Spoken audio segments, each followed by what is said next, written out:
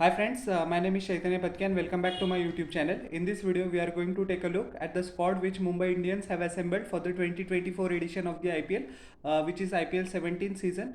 Last three seasons actually have been pretty disappointing by the standards of Mumbai Indians that which they have set. As we know that MI has won the title in 2013, 15, 17, 19 and 20, but in 21 and 22 actually they didn't even qualify for the finals, and in 2023 although they reached the knockout stage but were eliminated there and there, and they couldn't reach the final. So they have sacked Rohit Sharma as captain, and Mumbai and Hardik Pandya, who actually returns to the franchise after two successful years with Gujarat Titans, is going to be their new captain. What that dynamic in the relationship will impact Mumbai Indians performance, it is yet to be seen. But the squad that they have assembled is pretty damn good, and Mumbai Indians have every chance of at least making it to the playoffs in 2024. From there on, I think it is anyone's game.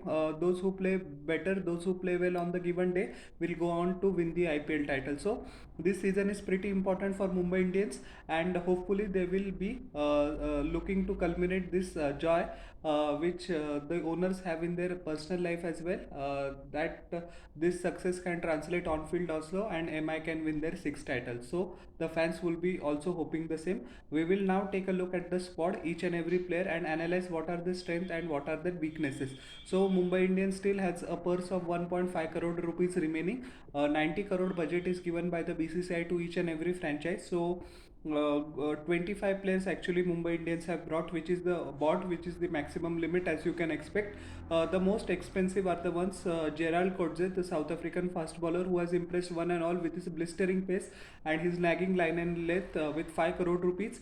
Dilshan Madhushanka, who once again impressed all of the cricket experts and fans around the world in the 2023 50 over World Cup which took place in India.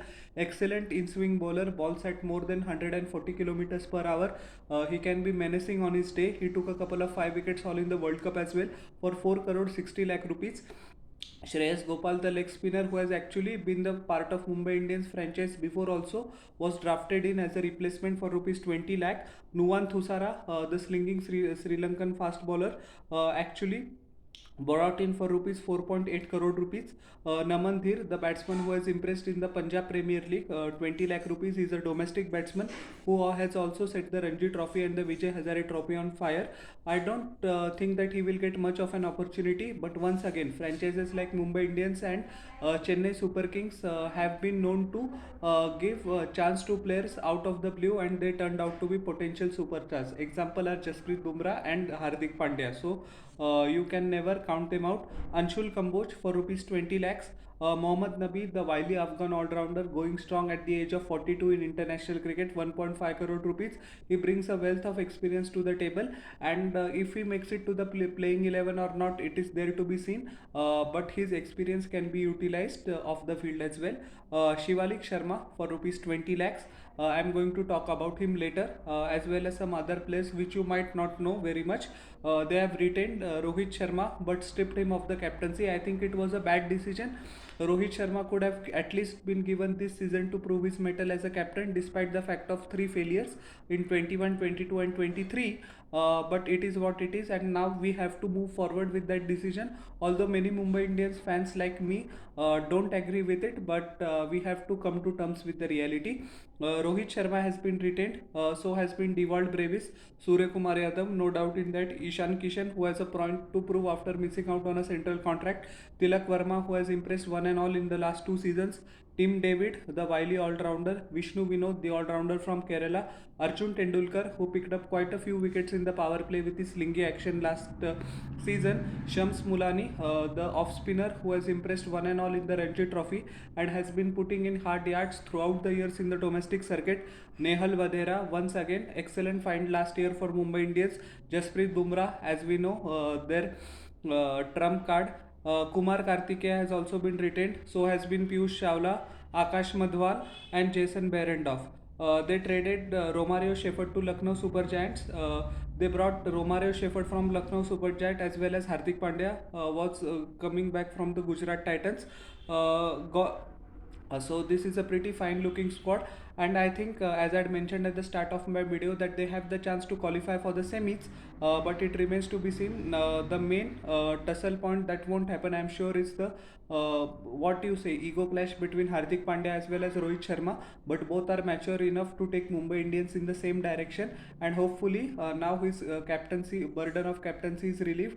We can see excellent performance in the power play from Rohit Sharma that he has been playing from 2021 onwards. So how did you like my analysis of the Mumbai Indians? Please tell me in the comment section below, and don't forget to like, share and subscribe to my channel and press the bell icon for further notification. One more thing before I actually end my video, that as I said that many of you won't know the domestic players which Mumbai Indians actually bought. Naman Dhir is actually 24 years old. As I said that he was bought for 20 lakh rupees.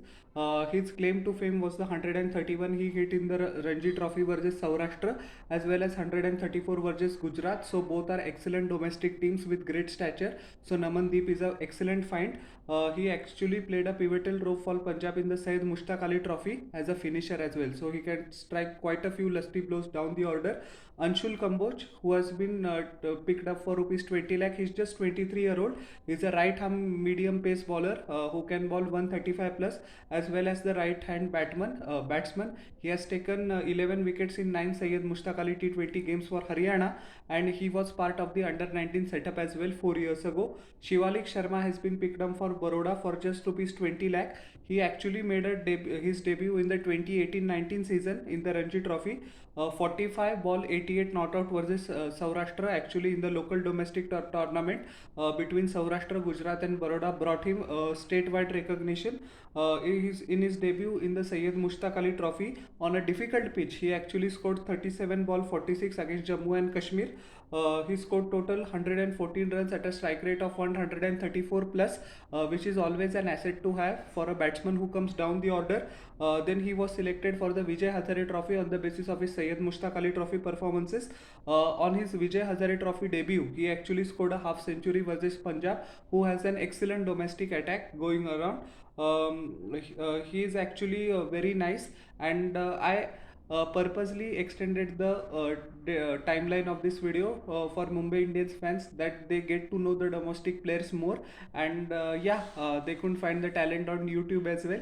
So hopefully one of the what you can say unrecognized, uncapped Indian player makes great strides, just like Tilak Verma did last season, and just like Jasprit Bumrah and Hardik Pandya did 7 or 8 seasons ago. So how did you like my analysis of the Mumbai Indians squad? Please tell me in the comment section below, and don't forget to like, share and subscribe to my channel and press the bell icon for further notifications. We'll meet in the next video. Till then everyone, bye.